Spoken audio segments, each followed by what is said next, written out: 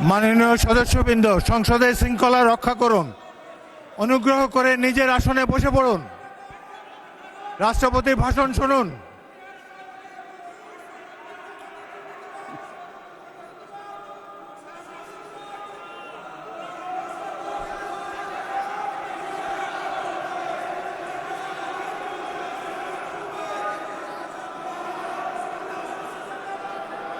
বিসমিল্লাহির রহমানির রহিম।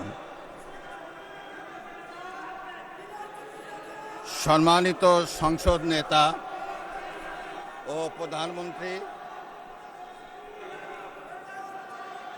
জনাব স্পিকার ও ডিপ্টি স্পিকার,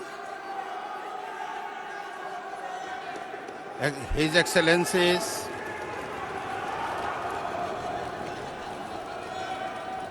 সম্মানিত সংসদ সদস্যবৃন্দ,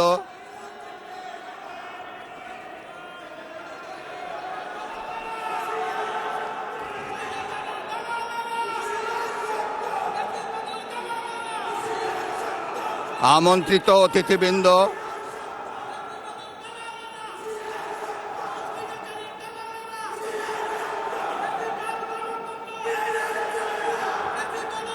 প্রিন্ট এবং ইলেকট্রনিক মিডিয়ার সম্মানিত সাংবাদিকবৃন্দ, আপনাদের সবাইকে জানাই আন্তরিক অভিনন্দন ও শুভেচ্ছা।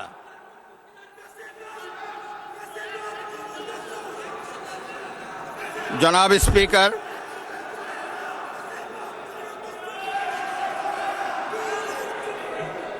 ত্রয়োদশ জাতীয় সংসদের এই উদ্বোধনী অধিবেশনে বাংলাদেশের ইতিহাসের এক ঐতিহাসিক মুহূর্ত।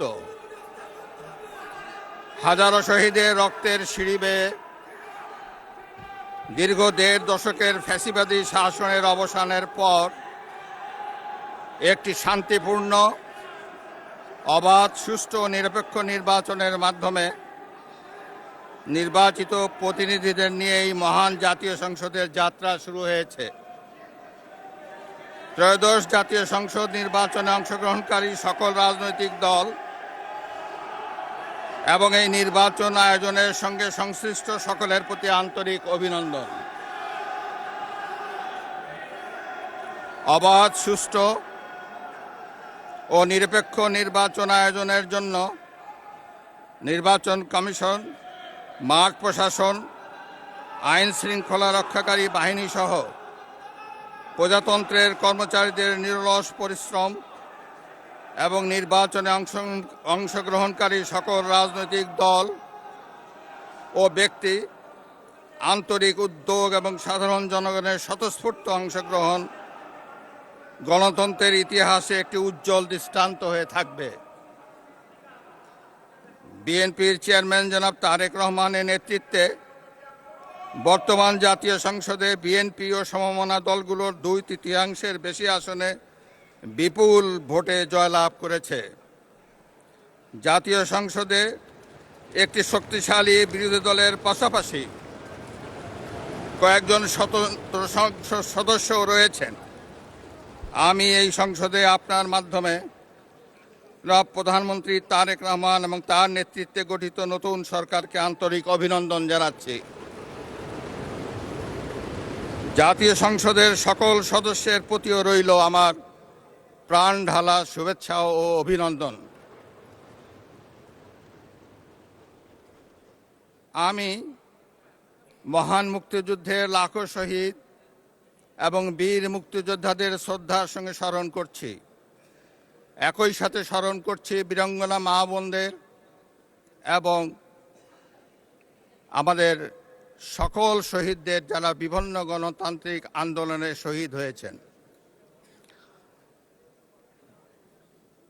স্বাধীনতার ঘোষক শহীদ রাষ্ট্রপতি জিয়াউর রহমান বীরুত্তম স্বাধীনতা এবং মুক্তিযুদ্ধের ইতিহাসের সকল নেতার অবদানকেও আমি শ্রদ্ধার সঙ্গে স্মরণ করছি। বাংলাদেশের 3 বারের নির্বাচিত সাবেক প্রধানমন্ত্রী ও বিএনপির সাবেক চেয়ারপারসন দেশনেত্রী বেগম খালেদা জিয়ার অবদানকে শ্রদ্ধার সঙ্গে স্মরণ করছি, যিনি দেশে সংসদীয় গণতন্ত্র প্রতিষ্ঠা করেছেন। গণতন্ত্র প্রতিষ্ঠার লড়াইয়ে প্রতিবার সামনের কাতারে থেকে আপোষহীন নেতৃত্ব দিয়েছেন। জনাব স্পিকার, বাংলাদেশের গণতন্ত্রের ইতিহাসে 2024 সালের জুলাই আগস্ট মাসে ছাত্র জনতার গণ অভ্যুত্থান একটি গুরুত্বপূর্ণ ঘটনা। কোটা সংস্কার আন্দোলন থেকে এক পর্যায়ে এটি ফ্যাসিবাদ বিরোধী আন্দোলনের রূপ নেয়। দেশের ছাত্র জনতা, কৃষক, শ্রমিক, শিক্ষক, সাংবাদিক, বুদ্ধিজীবী, প্রবাসী তথা সকল শ্রেণী পেশার মানুষ গণতন্ত্রের পক্ষে রাজনৈতিক দলসহ সকলের সম্মিলিত আন্দোলনের ফলে 2024 সালের 5ই আগস্ট তৎকালীন ফ্যাসিস্ট সরকারের পতন ঘটে। হাজারো শহীদের রক্তের উপর দিয়ে তাবেদার ও ফ্যাসিবাদ মুক্ত নতুন গণতান্ত্রিক বাংলাদেশের সূচনা হয়। আমি 2024 সালের জুলাই আগস্ট ছাত্র জনতার গণ অভ্যুত্থানে শহীদ ও আহতদের এবং দীর্ঘ 1.5 দশকের ফ্যাসিবাদী শাসন আমলে গুম, খুন, বিচার বহির্ভূত হত্যাকাণ্ড এবং ফ্যাসিবাদ বিরোধী আন্দোলনে নির্যাতন ও নিপীড়নের শিকার সাধারণ মানুষ ও রাজনৈতিক দলের সদস্যবৃন্দকে কৃতজ্ঞতার সঙ্গে স্মরণ করছি, যাদের অসামান্য ত্যাগের মাধ্যমে বাংলাদেশ ফ্যাসিবাদ মুক্ত হয়ে গণতন্ত্রের পথে যাত্রা শুরু করেছে। সকলকে জানাই আমার আন্তরিক শ্রদ্ধা। 2024 সালের গণ অভ্যুত্থানে সহস্রাধিক মানুষ শহীদ হয়েছেন। নারী, পুরুষ, শিশুসহ আহত ও পঙ্গু হয়েছেন কমপক্ষে 30,000 মানুষ। 5 শতাধিক মানুষ চোখ হারিয়ে অন্ধত্ব বরণ করেছেন। 1971 সালের স্বাধীনতা অর্জনের যুদ্ধ, 2024 সালের দেশ এবং জনগণের স্বাধীনতা রক্ষার যুদ্ধ সহ যাবৎকাল দেশের ইতিহাসের সকল গণতান্ত্রিক আন্দোলনের শহীদদের আকাঙ্ক্ষিত বাংলাদেশ প্রতিষ্ঠার লক্ষ্যে সরকার কার্যক্রম অব্যাহত রেখেছে। 2024 সালে ছাত্র জনতার গণ অভ্যুত্থানে আহতদের দেশের বিভিন্ন হাসপাতালে চিকিৎসা চলমান রয়েছে। 137 জন গুরুতর আহত জুলাই যোদ্ধাকে উন্নত চিকিৎসার জন্য বিদেশে পাঠানো হয়েছে। আহতদের 12,043টি স্বাস্থ্য কার্ড দেওয়া হয়েছে। 1971 সালের বীর মুক্তিযোদ্ধা ও 2024 সালের জুলাই যোদ্ধাদের চিকিৎসা সহায়তা ও ভাতা অনলাইন ব্যাংকিং সিস্টেমে পরিচালিত হচ্ছে। সরকার জুলাই গণ অভ্যুত্থানের ইতিহাস সংরক্ষণ, গবেষণা, উন্নয়ন, দিবস উদযাপন সহ নানামুখী কার্যক্রম ও বাস্তবায়ন করে যাচ্ছে। বিশ্ব শিশু দিবস ও শিশু অধিকার সপ্তাহ 2025 উদযাপন উপলক্ষে 2025 সালের 6ই অক্টোবর সরকার জুলাইয়ের গণ অভ্যুত্থানে শিশু শহীদদের 60টি পরিবারকে এককালীন 50,000 টাকা সমমূল্যের প্রাইজ বন্ড এবং সম্মাননা স্মারক প্রদান করেছে। ওসমানী উদ্যানে জুলাই স্মৃতিস্তম্ভ নির্মাণের উদ্যোগ গ্রহণ করা হয়েছে। জুলাই আগস্ট গণ অভ্যুত্থানের শহীদদের স্মরণে শহীদি মৃত্যুর নির্দিষ্ট স্থানে স্ট্রিট মেমোরি স্ট্যাম্প স্থাপনের উদ্যোগ গ্রহণ করা হয়েছে। শহীদদের কবর সংরক্ষণ করা হয়েছে। জুলাই শহীদদের স্মৃতি অম্লান রাখতে জুলাই অভ্যুত্থানের স্মৃতি জাদুঘর এবং 64টি জেলায় স্মৃতিস্তম্ভ স্থাপন করা হয়েছে। জাতীয়ভাবে 36 দিনব্যাপী জুলাই পুনর্জাগরণের অনুষ্ঠানমালা 2025 বাস্তবায়িত হয়েছে। জনাব স্পিকার, আজ এই মহান সংসদে আমি অন্তর্বর্তীকালীন সরকারের কার্যক্রম এবং বর্তমান সরকারের কার্যক্রম ও পরিকল্পনার সারসংক্ষেপ তুলে ধরছি। তবে বক্তব্যের বিস্তারিত সংসদ সদস্যদের সামনে লিখিতভাবে উপস্থাপিত হয়েছে। জনাব স্পিকার, বর্তমান বৈশ্বিক অর্থনীতি এবং অস্থিতিশীল সময় অতিক্রম করছে। বাংলাদেশের সামষ্টিক অর্থনৈতিক পরিস্থিতি 2023-24 অর্থবছরের তুলনায় 2024-25 অর্থবছরে অনেকটা স্থিতিশীল রয়েছে। রেমিটেন্স সহ আরও কয়েকটি সূচক ইতিবাচক ধারায় ফিরতে শুরু করেছে। 2025-26 অর্থবছরে অর্থনৈতিক পরিস্থিতি আরও সুদৃঢ় হবে বলে সরকার আশা করে। একদিকে বিশ্বে যুদ্ধ পরিস্থিতি এবং অপর দিক থেকে মুদ্রাস্ফীতি, রাজস্ব জিডিপির নিম্ন হার, এ ধরনের বিদ্যমান পরিস্থিতিতে দেশের অর্থনীতিতে নানা চ্যালেঞ্জ রয়েছে। পয়েন্ট টু পয়েন্ট মূল্যস্ফীতি 2025 সালের জানুয়ারি মাসে 9.94% থেকে হ্রাস পেয়ে 2026 সালের জানুয়ারি মাসে 8.58% দাঁড়িয়েছে। আশা করা যায় পরবর্তী মাসগুলোতে মূল্যস্ফীতি হ্রাসের ধারা অব্যাহত থাকবে। তৈরি পোশাক খাত থেকে গত এক বছরে 39.35 বিলিয়ন ইউএস ডলার অর্জিত হয়েছে। 2024-25 অর্থ বছরে রপ্তানি 8.60% বৃদ্ধি পেয়ে 48,300 মিলিয়ন ইউএস ডলারে দাঁড়িয়েছে। 2026 সালের 19 ফেব্রুয়ারি বৈদেশিক মুদ্রা রিজার্ভ দাঁড়িয়েছে 34.78 বিলিয়ন ইউএস ডলার। বর্তমান সরকার আরও নতুন রপ্তানি খাত এবং রপ্তানি বাজার আরও সম্প্রসারিত করার লক্ষ্য নিয়ে সুনির্দিষ্ট কর্মসূচি বাস্তবায়নের কার্যক্রম শুরু করেছে।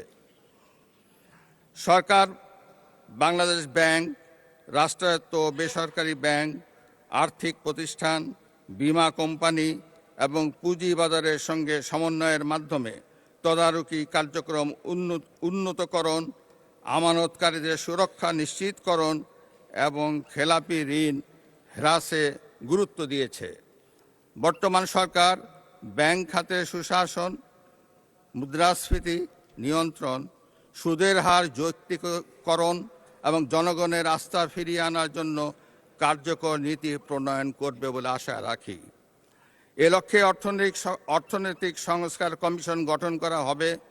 পুঁজিবাজারের সংস্কারের জন্য একটি পুঁজিবাজার সংস্কার কমিশন গঠনের পাশাপাশি ফ্যাসিবাদের শাসন আমলে পুঁজিবাজারে সংগঠিত অনিয়মও তদন্ত করবে। জনাব স্পিকার, 2025-26 অর্থ বছরের এডিপি প্রণয়ন দেশের অর্থনৈতিক প্রবৃদ্ধি বজায় রাখা, বেকারত্ব হ্রাস, কর্মসংস্থানের সুযোগ সৃষ্টি, দরিদ্র বিমোচন, কৃষি ও শিল্পের উন্নয়ন, মানব সম্পদ উন্নয়ন এবং জীবনমান উন্নয়নে বিশেষ গুরুত্ব দেওয়া হয়েছে। বর্তমান সরকার অর্থনীতির গণতন্ত্রায়ন, অলিগার্কিক কাঠামো ভেঙে জনগণের অংশগ্রহণ নিশ্চিত করবে। ঋণ নির্ভর অর্থনীতিকে বিনিয়োগ নির্ভর অর্থনীতিতে রূপান্তরই হবে বর্তমান সরকারের মূল লক্ষ্য। কর্মসংস্থান সৃষ্টি ও সম্পদ তৈরিতে বিনিয়োগ নির্ভর অর্থনীতি হবে চালিকা শক্তি। বর্তমান সরকার 2034 সালের মধ্যে $1 ট্রিলিয়ন অর্থনীতি গড়ে তোলার লক্ষ্যমাত্রা নির্ধারণ করেছে। বাংলাদেশের কৃষি খাত, খাদ্য ও পুষ্টি নিরাপত্তা নিশ্চিতকরণ, কর্মসংস্থান সৃষ্টি, দারিদ্র্য হ্রাস এবং অর্থনৈতিক স্থিতিশীলতা অর্জনের গুরুত্বপূর্ণ ভূমিকা করছে। বর্তমান সরকার কৃষক ও কৃষি উন্নয়নকে অগ্রাধিকার দিয়ে কৃষক কার্ডের মাধ্যমে কৃষক ও কৃষির সার্বিক সুরক্ষা নিশ্চিত করার পদক্ষেপ গ্রহণ করেছে। বর্তমান সরকার ইতিমধ্যে 10,000 টাকা পর্যন্ত সুদসহ কৃষি ঋণ মওকুফ করার সিদ্ধান্ত ঘোষণা করেছে। এর ফলে 11 লাখেরও বেশি কৃষক সরাসরি উপকৃত হবে। জনাব স্পিকার, 2024 সালের গণঅভ্যুত্থানের উদ্দেশ্য ছিল ফ্যাসিবাদের পতন ঘটিয়ে জনগণের সরাসরি ভোটে জনগণের কাছে জবাবদিহিমূলক সরকার গঠনের মাধ্যমে একটি বৈষম্যহীন ন্যায়ভিত্তিক গণতান্ত্রিক রাষ্ট্র এবং সমাজ বিনির্মাণ। সেই লক্ষ্য অর্জনে ফ্যাসিবাদ পতন পরবর্তী সরকার কর্তৃক রাষ্ট্র মেরামতের অংশ হিসাবে জনগুরুত্বপূর্ণ খাত সংস্কারের লক্ষ্যে 11টি সংস্কার কমিশন গঠন করা হয়েছিল। বর্তমান সরকারও করব কাজ, গড়ব দেশ, সবার আগে বাংলাদেশ। এই স্লোগানকে উপজীব্য করে দলীয় নির্বাচনী ইশতেহার ঘোষণা করেছিল। ইশতেহারে রাষ্ট্র ব্যবস্থার সংস্কারের গণতন্ত্র, জবাবদিহিতা ও সুশাসন এই তিনটি বিষয়কে অগ্রাধিকার দেওয়া হয়েছে। তবে সরকারের সকল পরিকল্পনা বাস্তবায়নের জন্য প্রয়োজন কঠোর হস্তে দুর্নীতি নিয়ন্ত্রণ এবং আইন শৃঙ্খলা পরিস্থিতির উন্নয়ন। এই দুইটি বিষয় নিয়ন্ত্রণে বর্তমান সরকার দৃঢ়তার সঙ্গে কাজ করছে। দেশে দুর্নীতি নিয়ন্ত্রণে বিএনপি সরকারের ট্র্যাক রেকর্ড রয়েছে। তৎকালীন আওয়ামী লীগ সরকারের বাংলাদেশকে দুর্নীতিতে চ্যাম্পিয়ন বানিয়ে 2001 সালের জুন মাসে ক্ষমতা থেকে বিদায় নিয়েছিল। 2001 সালের অক্টোবর মাসে পূর্ববর্তী সরকারের রেখে যাওয়া দুর্নীতিতে চ্যাম্পিয়ন বাংলাদেশের দায়িত্ব নিয়ে বেগম খালেদা জিয়ার নেতৃত্বাধীন সরকার দুর্নীতি দমনে কঠোর পদক্ষেপ গ্রহণ করে। এছাড়া দুর্নীতি প্রতিরোধের লক্ষ্যে দুর্নীতি দমন কমিশন আইন 2004 প্রণয়ন করে। এর ফলে বিশ্বে দুর্নীতিতে চ্যাম্পিয়ন হওয়ার কলঙ্ক থেকে বাংলাদেশ মুক্তি পায়। 2006 সালের অক্টোবর মাসে বিএনপি যখন রাষ্ট্র ক্ষমতা থেকে বিদায় নেয়, তার অনেক আগেই বিশ্বে দুর্নীতিতে চ্যাম্পিয়নের কলঙ্ক থেকে মুক্ত হয়ে বাংলাদেশ এশিয়ার ইমার্জিং টাইগার হিসাবে স্বীকৃতি পায়। এবারও দুর্নীতি দমন এবং আইন শৃঙ্খলা নিয়ন্ত্রণই হবে বর্তমান সরকারের প্রথম এবং প্রধান অগ্রাধিকার। জনাব স্পিকার, দেশের অর্ধেকেরও বেশি নারী শক্তিকে রাষ্ট্র রাজনীতির মূলধারার বাইরে রেখে স্বনির্ভর বাংলাদেশ গড়ে তোলা সম্ভব নয়। নারীর অর্থনৈতিক ক্ষমতায়ন নিশ্চিত করতে বর্তমান সরকার নানামুখী পদক্ষেপ গ্রহণ করেছে। এরই অংশ হিসাবে বর্তমান সরকার দেশের প্রতিটি পরিবারের নারী প্রধানের নামে ফ্যামিলি কার্ড ইস্যু করার কার্যক্রম চালু করেছে। প্রতিটি পরিবারে নারী প্রধানের নামে ফ্যামিলি কার্ড ইস্যু হলেও প্রথম পর্যায়ে প্রান্তিক ও নিম্ন আয়ের পরিবারগুলোকে আত্মনির্ভরশীল হতে ফ্যামিলি কার্ডের মাধ্যমে নগদ 2,500 টাকা কিংবা সমপরিমাণ প্রয়োজনীয় খাদ্য সহায়তা দেওয়া হবে। সরকার ইতোমধ্যে দেশের 14টি জেলায় পাইলট প্রকল্প হিসাবে ফ্যামিলি কার্ড চালু করেছে। সহায়তার পরিমাণের চেয়েও এই ফ্যামিলি কার্ডকে সরকার নারীর অর্থনৈতিক ক্ষমতায়নের প্রতীক হিসাবে বিবেচনা করছে। সরকার দেশের দুর্যোগ ব্যবস্থাপনা পদ্ধতিকে শক্তিশালী করার লক্ষ্যে সংস্কার সহ বিভিন্ন কর্মসূচি বাস্তবায়ন করছে, যা সার্বিক ঝুঁকি হ্রাস ব্যবস্থাপনা উত্তরণে সহায়তা করছে। উক্ত কার্যক্রমগুলোর মধ্যে রয়েছে গ্রামীণ রাস্তায় 15 মিটার দৈর্ঘ্য পর্যন্ত সেতু, কালভার্ট নির্মাণ, বন্যা আশ্রয় কেন্দ্র ও বহুমুখী ঘূর্ণিঝড় আশ্রয় কেন্দ্র নির্মাণ, অতি দরিদ্রদের জন্য কর্মসৃজন কর্মসূচি, হেরিংবন্ড রাস্তা নির্মাণ, বহুমুখী উদ্ধার ও অনুসন্ধান কাজের জন্য যন্ত্রপাতি, নৌযান সংগ্রহ, পরিচালনা ও রক্ষণাবেক্ষণ, টিআর, কাবিটা, সিপিপি কর্মসূচি এবং শরণার্থী বিষয়ে কার্যক্রম হাতে নিয়েছে।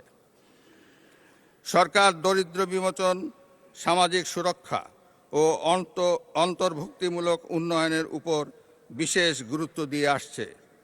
দেশের প্রতিবন্ধী ব্যক্তি, বয়স্ক, বিধবা, স্বামী নিগৃহীতা নারী, দুস্থ ও অসহায় জনগোষ্ঠীর জন্য সামাজিক নিরাপত্তা, মানব সম্পদ উন্নয়ন ও পুনর্বাসনমূলক কার্যক্রমের আওতায় 1,30,00,000-এরও বেশি মানুষ উপকৃত হচ্ছেন। বর্তমান সরকার বিশেষ চাহিদা সম্পন্ন জনগোষ্ঠীর কল্যাণ নিশ্চিত করতে বিশেষায়িত স্বাস্থ্যসেবা ইউনিট ও স্কুল প্রতিষ্ঠা, কারিগরি শিক্ষায় স্কলারশিপ প্রদান করবে। তাদের সেবা নিশ্চিত করতে স্বতন্ত্র অধিদপ্তর গঠন করা হবে। জনাব স্পিকার, সাবেক প্রধানমন্ত্রী মরহুমা বেগম খালেদা জিয়া সরকারের সময় মেয়েদের অবৈতনিক শিক্ষা চালু করা হয়েছিল। একই ধারাবাহিকতায় দেশে নারী শিক্ষার প্রসারে দ্বাদশ শ্রেণী পর্যন্ত মেয়েদের শিক্ষা অবৈতনিক এবং স্নাতক পাস ও সমমান অর্থ পর্যন্ত উপবৃত্তি কার্যক্রম চালু রয়েছে। একই ধারাবাহিকতায় বর্তমান সরকার নারীদের জন্য স্নাতকোত্তর পর্যায়েও অবৈতনিক শিক্ষার সুযোগ সৃষ্টির পরিকল্পনা গ্রহণ করেছে। সারা দেশে নারীদের মধ্যে ক্ষুদ্র ঋণ কার্যক্রম পরিচালনার জন্য 1976 সালে গঠিত মহিলা ও শিশু বিষয়ক মন্ত্রণালয়ের আওতায় জাতীয় মহিলা সংস্থার মাধ্যমে ক্ষুদ্র ঋণ কার্যক্রমের আওতায় আর্থিক সঙ্গতিহীন নারীদের এককভাবে 25,000 টাকা থেকে 75,000 টাকা এবং দলগতভাবে 1 লক্ষ টাকা থেকে 2 লক্ষ টাকা পর্যন্ত ঋণ বিতরণ কার্যক্রম চালু রয়েছে। জাতীয় মহিলা সংস্থার নারী নির্যাতন প্রতিরোধ সেল এর মাধ্যমেও বিভিন্ন ইস্যুতে নির্যাতিত নারীদের বিনা খরচে আইনগত সহায়তা কার্যক্রম অব্যাহত রয়েছে। এসব কার্যক্রম অব্যাহত রাখার পাশাপাশি নারীদের আত্মনির্ভরশীল করে তুলতে বর্তমান সরকার ফ্যামিলি কার্ড প্রবর্তন ছাড়াও আরও কিছু কার্যক্রম চালু করেছে। জনাব স্পিকার, পরিবেশ দূষণ ও জলবায়ু পরিবর্তনের অভিঘাত মোকাবেলায় সরকার নিরলসভাবে কাজ করে যাচ্ছে। বর্তমান সরকার আগামী 5 বছরে স্বেচ্ছাশ্রম ও সরকারি উদ্যোগে সারা দেশে 25 কোটি বৃক্ষরোপণ ও সবুজ কর্মসংস্থানের সৃষ্টি কাজ শুরু করেছে। প্রতি বছর 5 কোটি বৃক্ষরোপণের পরিকল্পনা বাস্তবায়নের কাজ ইতিমধ্যে শুরু হয়েছে।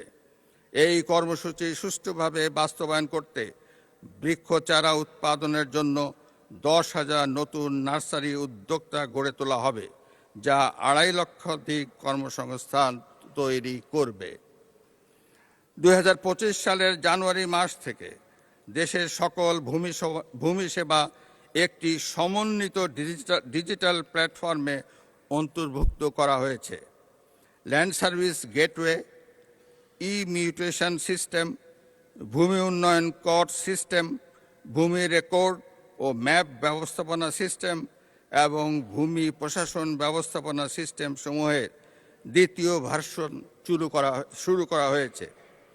নাগরিকদের জন্য ভূমি সেবা সহায়তা নির্দেশিকা 2025 এবং ভূমি সেবায় অভিযোগ ব্যবস্থাপনা নির্দেশিকা 2026 প্রণয়ন করা হয়েছে।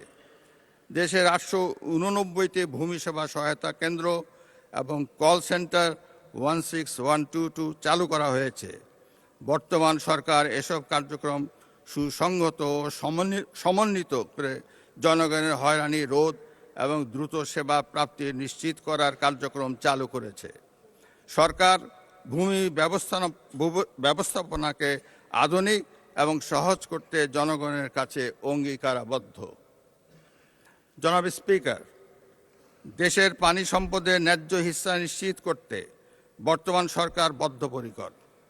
তিস্তা মহাপরিকল্পনা এবং পদ্মা ব্যারেজ বাস্তবায়নের মাধ্যমে উত্তরাঞ্চল এবং দক্ষিণাঞ্চলের পানি নিরাপত্তা, বন্যা ও মরুকরণ প্রতিরোধ নিশ্চিত করা হবে। একই সঙ্গে বর্তমান সরকার শহীদ প্রেসিডেন্ট জিয়াউর রহমান প্রবর্তিত স্বেচ্ছাশ্রম খাল খনন কর্মসূচি পুনঃবাস্তবায়নের মাধ্যমে সারা দেশে 20,000 কিলোমিটার নদী ও খাল খনন, পুনঃখনন ও পুনরুদ্ধারের বিষয়ে ইতোমধ্যে কাজ শুরু করেছে। বিদ্যমান বন্দর ব্যবস্থাপনাকে আরও কার্যকর করে চট্টগ্রামের সমুদ্র বন্দর, বিমানবন্দর, সামুদ্রিক এলাকা ও উপকূলীয় অঞ্চলের সম্ভাবনাকে কাজে লাগিয়ে বর্তমান সরকার চট্টগ্রামকে আঞ্চলিক লজিস্টিক হাব হিসাবে গড়ে তোলার লক্ষ্যে কার্যক্রম শুরু করেছে। চট্টগ্রাম বন্দরে জাহাজে ওয়েটিং টাইম 0 পর্যায়ে রাখা গেলে বন্দর ব্যবস্থাপনায় কাঙ্ক্ষিত উন্নয়ন সাধিত হবে বলে সরকার আশা করে। সরকার গ্রামীণ ও নগর অবকাঠামো উন্নয়ন, নিরাপদ পানি সরবরাহ, স্যানিটেশন ও হাইজিন এবং স্থানীয় সরকার প্রতিষ্ঠানসমূহকে শক্তিশালী করার মাধ্যমে জনগণের দোরগোড়ায় সেবা পৌঁছে দেওয়ার চেষ্টা করছে।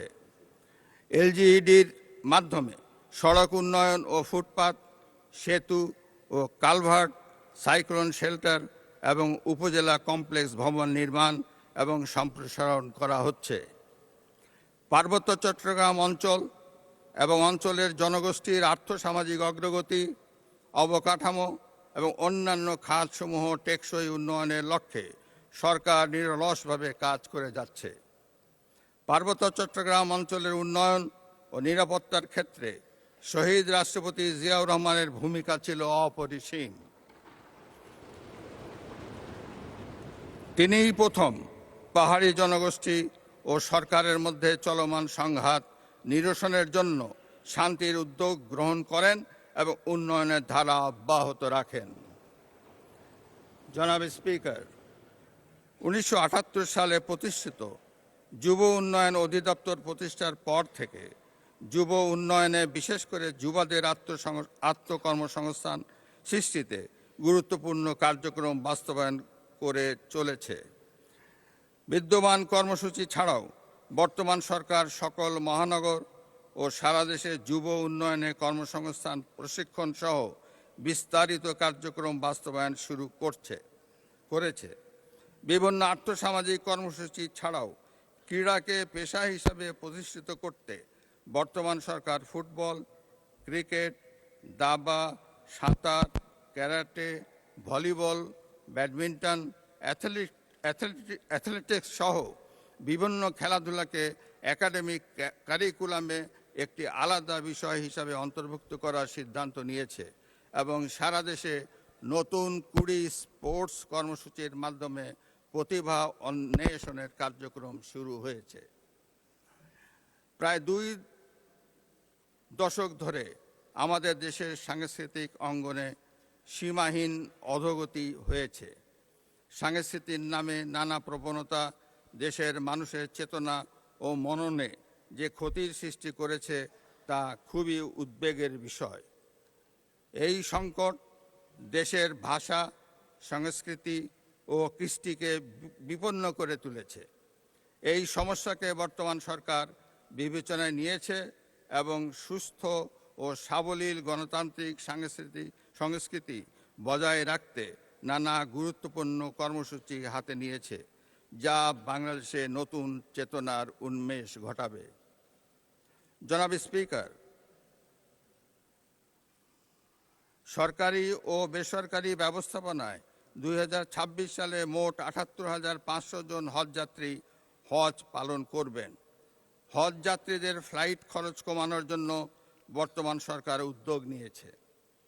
একই সঙ্গে সমাজের প্রতিটি শ্রেণী পেশার মানুষের জীবনমান উন্নয়নে বর্তমান সরকার সাধ্যমতো আর্থিক সহায়তা কার্যক্রম হাতে নিয়েছে।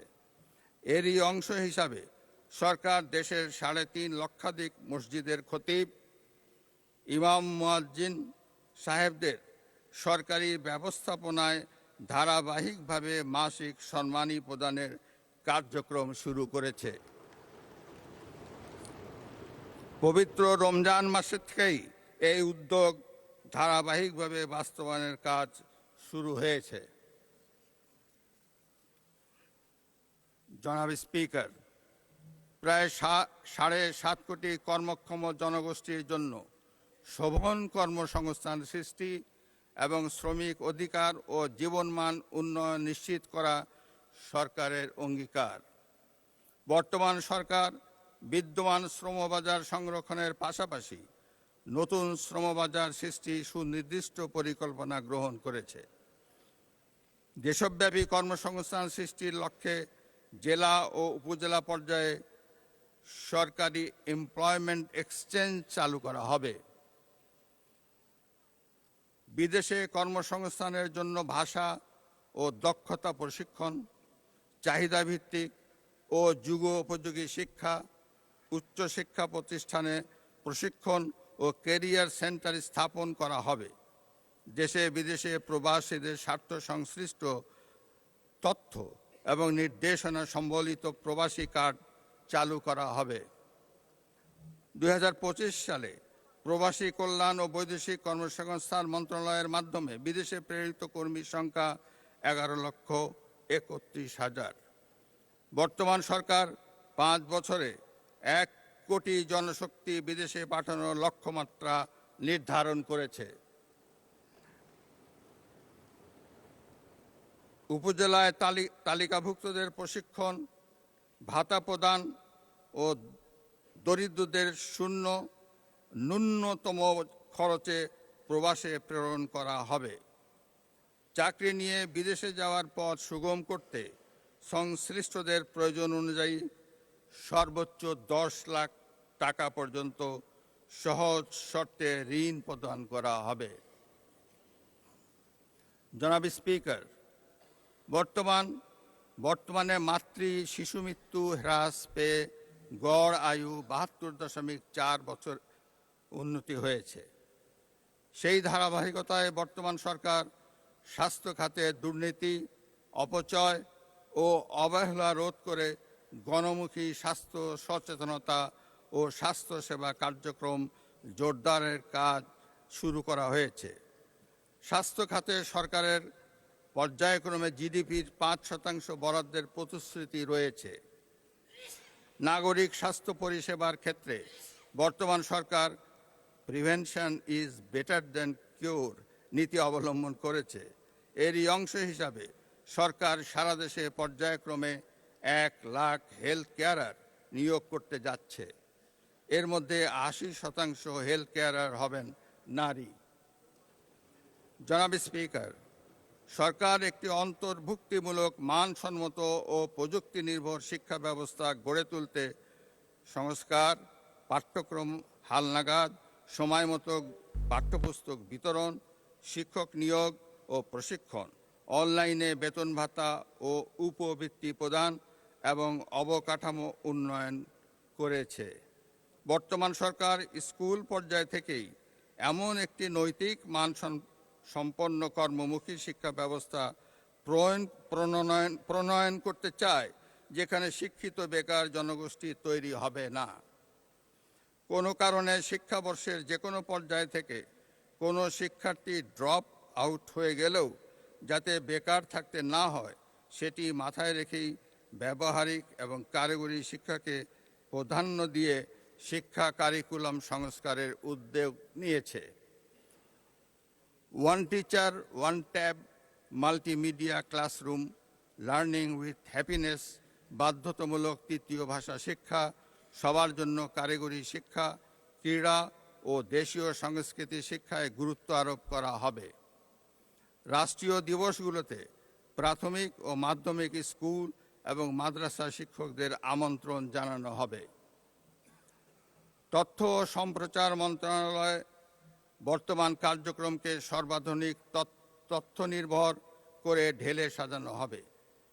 প্রচলিত গণমাধ্যমের পাশাপাশি নিউ মিডিয়াকে অগ্রাধিকার ভিত্তিতে ব্যবহার করা হবে। জনগণের তথ্য প্রাপ্তির অধিকারকে নিশ্চিত করার পাশাপাশি অপতথ্য রোধে উদ্যোগ নেওয়া হবে। আধুনিক প্রযুক্তি নির্ভর বাংলাদেশ বিনির্মাণ, উন্নত টেলিযোগাযোগ সেবা এবং নিরাপদ ও টেকসই প্রযুক্তির উন্নয়ন নিশ্চিতকরণে সরকার কাজ করছে। বর্তমান সরকার তথ্য ও প্রযুক্তি খাতকে বিশেষ অগ্রাধিকার প্রাপ্ত খাত এবং দেশের অর্থনৈতিক প্রবৃদ্ধি নতুন চালিকা শক্তি হিসাবে চিহ্নিত করেছে। এ লক্ষ্য পূরণে সরকার বাংলাদেশকে বৈশ্বিক পর্যায়ে একটি অন্যতম এআই হাব এবং হার্ডওয়্যার উৎপাদন কেন্দ্রে পরিণত করবে। এই খাতে 10 লক্ষ নতুন কর্মসংস্থান সৃষ্টি, সবার জন্য দ্রুত ও নির্ভরযোগ্য ইন্টারনেট সেবা নিশ্চিত করা হবে। পেপ্যাল সহ প্রযুক্তি নির্ভর ক্যাশ লাইট অর্থনীতি, ক্লাউড ফাস্ট প্রযুক্তির আওতায় দেশে প্রথম এআই চালিত ডেটা সেন্টার স্থাপন এবং বাংলাদেশকে গুগল, ফেসবুক, অ্যামাজন ও মাইক্রোসফটের মতো প্রতিষ্ঠান অ্যাজ ডেটা সেন্টার হবে হিসাবে গড়ে তোলার উদ্যোগ নেওয়া হয়েছে। দেশের অর্থনীতিকে শক্তিশালী করার জন্য প্রতিবন্ধী সহ যুবক যুবতী, উদ্যোক্তা ও স্টার্ট আপদের জন্য প্রশিক্ষণ অনুদান ও মেন্টরশিপ চালু করা হয়েছে। দেশব্যাপী ই সেবা প্রদানে ন্যাশনাল পোর্টাল হোমওয়ার্ক ফ্রেমওয়ার্ক 2.0 চালুকরণ সহ ব্রডব্যান্ড কানেক্টিভিটিস, স্কুল ল্যাব, মুক্ত পাঠ, ই লার্নিং, ডিজিটাল স্বাক্ষর ও মাই গভ প্ল্যাটফর্মের মাধ্যমে নাগরিকদের সেবা সহজীকরণের পাশাপাশি অনলাইন সত্যায়ন, ই টিকেটিং ও এক পে সুবিধার প্রসারিত করা হয়েছে। বিনিয়োগ বান্ধব নীতি, স্টার্টআপ ও উদ্ভাবন ফান্ড, উন্মুক্ত প্রতিযোগিতা এবং সাশ্রয়ী সেবা প্রদান নিশ্চিত করা হবে। বন্ধ পাট কল সহ অন্যান্য কল কারখানা পর্যায়ক্রমে চালুর মাধ্যমে কর্মসৃজনের ব্যবস্থা করা হবে। জনাব স্পিকার, দেশের জ্বালানি নিরাপত্তা নিশ্চিতকরণ, জীবাশ্ম জ্বালানি সহ আমদানি ভিত্তিক জ্বালানির উপর নির্ভরশীলতা হ্রাস করে নবায়নযোগ্য জ্বালানি হতে বিদ্যুৎ উৎপাদন বৃদ্ধির উপর সরকার গুরুত্ব আরোপ করেছে। বর্তমান সরকার বিদ্যুৎ ও জ্বালানি খাত উন্নয়নে উৎপাদন ও সঞ্চালন সক্ষমতা বৃদ্ধি কল্পে 2030 সালের মধ্যে বিদ্যুৎ উৎপাদন ক্ষমতা 35,000 মেগাওয়াটে উন্নীত করা এবং সঞ্চালন লাইন 25,000 সার্কিট কিলোমিটারে সম্প্রসারণ করা হবে। 2026 সালে 31টি কূপ খননের মাধ্যমে গ্যাস উৎপাদন বৃদ্ধি করে 327 মিলিয়ন ঘনফুট গ্যাস জাতীয় গ্রিডে সংযুক্ত করা হবে। উৎপাদন বণ্টনে চুক্তির আওতায় স্থলভাগ ও সমুদ্র অঞ্চলে তেল গ্যাস অনুসন্ধানের লক্ষ্যে শীঘ্রই বিডিং রাউন্ড আহ্বান করা হবে। এছাড়া বাপেক্সকে শক্তিশালীকরণের লক্ষ্যে অতিরিক্ত 2টি রিগ ক্রয় সহ জনবলকে আধুনিক প্রশিক্ষণ দেওয়া হবে। জনাব স্পিকার, দেশের আর্থসামাজিক উন্নয়নে নিরাপদ, আধুনিক ও পরিবেশ বান্ধব সড়ক নেটওয়ার্ক গড়ে তুলতে সরকার কাজ করছে। বর্তমানে 22,724 কিলোমিটার মহাসড়কের মাধ্যমে রাজধানীর সঙ্গে দেশব্যাপী সংযোগ জোরদার করা হয়েছে। বর্তমান সরকার যোগাযোগ ও পরিবহন খাতে সড়ক পরিবহন ব্যবস্থা উন্নয়নের মাধ্যমে জাতীয় এক্সপ্রেসওয়ে গ্রিড গড়ে তুলবে। নৌ পরিবহন ব্যবস্থায় বৃত্তাকার জনপথ, নদী ও সমুদ্রবন্দর সংযোগ এবং আধুনিক ওয়াটার হাইওয়ে নির্মাণ করা হবে। সারা দেশে রেল যোগাযোগ ব্যবস্থা সম্প্রসারণ, রেল পরিচালনা আধুনিকায়ন এবং এক্সপ্রেস সার্ভিস বৃদ্ধি করা হবে। এই খাতে সরকারি বেসরকারি অংশীদারিত্ব, মেট্রো রেল ও দূরপাল্লায় বিশেষ ছাড়, মনোরেল এবং বুলেট ট্রেন সংযোগ স্থাপন করা হবে। বিমান পরিবহন ব্যবস্থায় নিরাপদ কার্গো ও হয়রানিমুক্ত যাত্রী সেবা নিশ্চিত করা হবে। ইতোমধ্যে হজ যাত্রীদের বিমান ভাড়া কমানোর উদ্যোগ নেওয়া হয়েছে। বর্তমান সরকার সড়ক নিরাপত্তা আইন ও দুর্ঘটনা রোধ, যাত্রী নিরাপত্তা, সড়ক পরিবহন বীমা এবং শ্রমিকদের ইউনিফর্ম নিশ্চিত করবে। পরিবহন ও যোগাযোগ ব্যবস্থার সমন্বিত পরিকল্পনা বাস্তবায়নের মাধ্যমে সারা দেশে যোগাযোগ ব্যবস্থাকে আধুনিকায়ন করার কার্যক্রম শুরু হয়েছে। এরই অংশ হিসাবে ইতিমধ্যেই যোগাযোগ এবং পরিবহন সংশ্লিষ্ট মন্ত্রণালয়গুলোর মধ্যে সমন্বয় সাধন করা হয়েছে। নিরাপদ, সাশ্রয়ী, আধুনিক ও পরিবেশ বান্ধব রেলওয়ে পরিবহন ব্যবস্থা নিশ্চিত করতে সরকার কাজ করছে। সারা দেশকে রেলওয়ে নেটওয়ার্কের আওতায় আনার পরিকল্পনা বাস্তবায়নের কাজ এগিয়ে চলছে। যাত্রী সেবার মান উন্নয়নে ই টিকিটিং আধুনিকীকরণ, কমিউটার ট্রেন চালু ও নারীদের জন্য পৃথক কোচ সংরক্ষণ করা হয়েছে। অবৈধ দখলকৃত ভূমি উদ্ধার ও বরাদ্দ প্রদান, রেলওয়ে ট্রেনিং একাডেমি আধুনিকীকরণ, ব্রড গেজ ও মিটার গেজ লোকোমোটিভ ওয়াগন ও লাগেজ ভ্যান সংগ্রহ করা হয়েছে।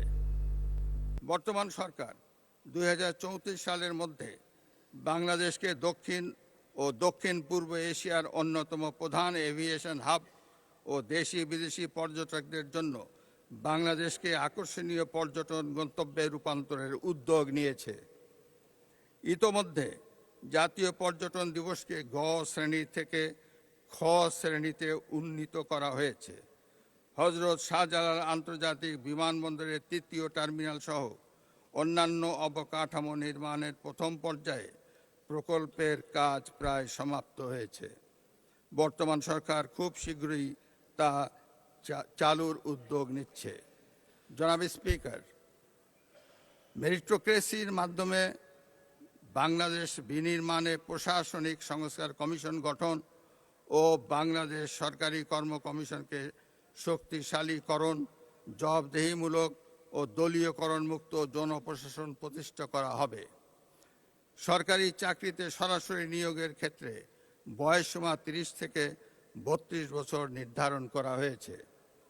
জনাব স্পিকার, বিতাড়িত ফ্যাসিবাদী শাসন আমলে আইন শৃঙ্খলা রক্ষাকারী বাহিনীকে দলীয় বাহিনী হিসাবে ব্যবহার করা হয়েছিল।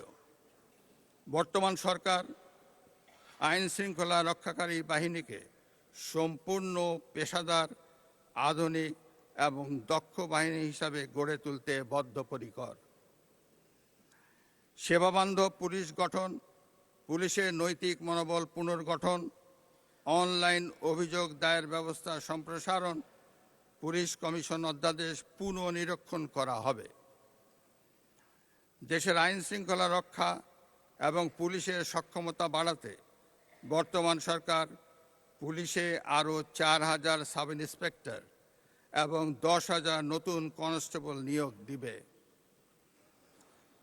একই সঙ্গে পুলিশ সার্জেন্টের 180 শূন্য পদে নিয়োগ চূড়ান্ত করবে। দেশে কারাগার ব্যবস্থাপনার অংশ হিসাবে 5টি নতুন কারাগার চালু করা হয়েছে। প্রযুক্তি নির্ভর ব্যবস্থাপনা, 16191 কল সেন্টার, ডিজিটাল বন্দি ব্যবস্থাপনার উদ্যোগ নেওয়া হয়েছে। আইন শৃঙ্খলার উন্নয়ন বর্তমান সরকারের সর্বোচ্চ অগ্রাধিকার।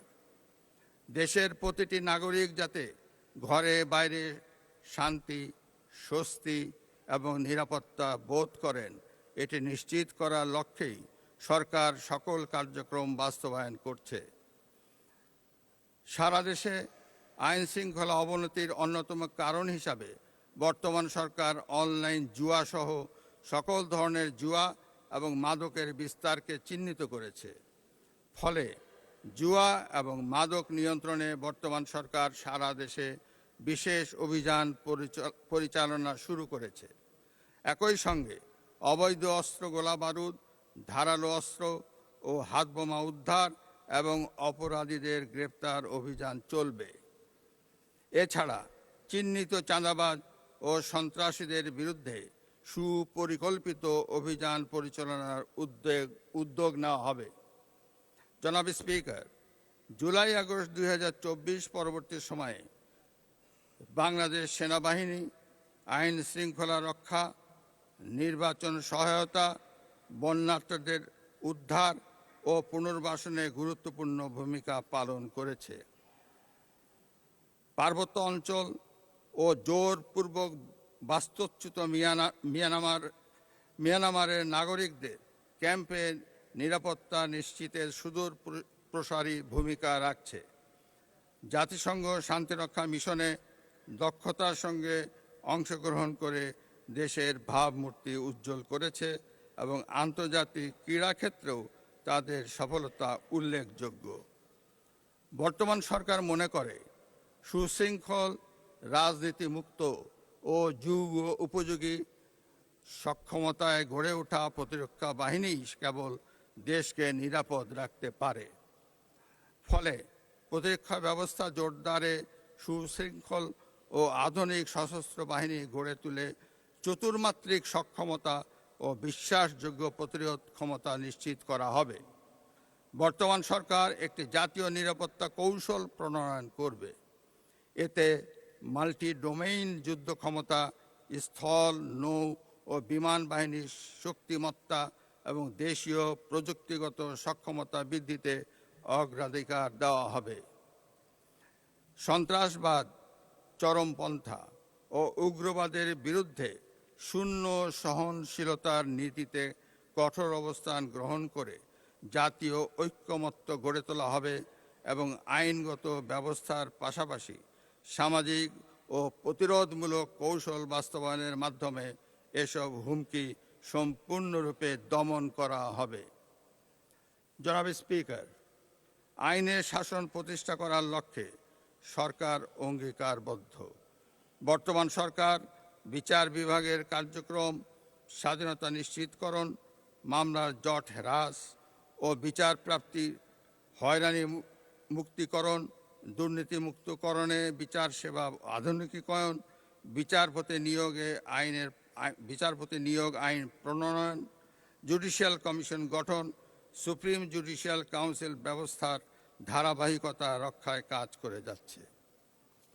জনাব স্পিকার, ফ্যাসিবাদ মুক্ত বাংলাদেশে বর্তমান সরকারের পররাষ্ট্রনীতির মূল দর্শন সবার আগে বাংলাদেশ।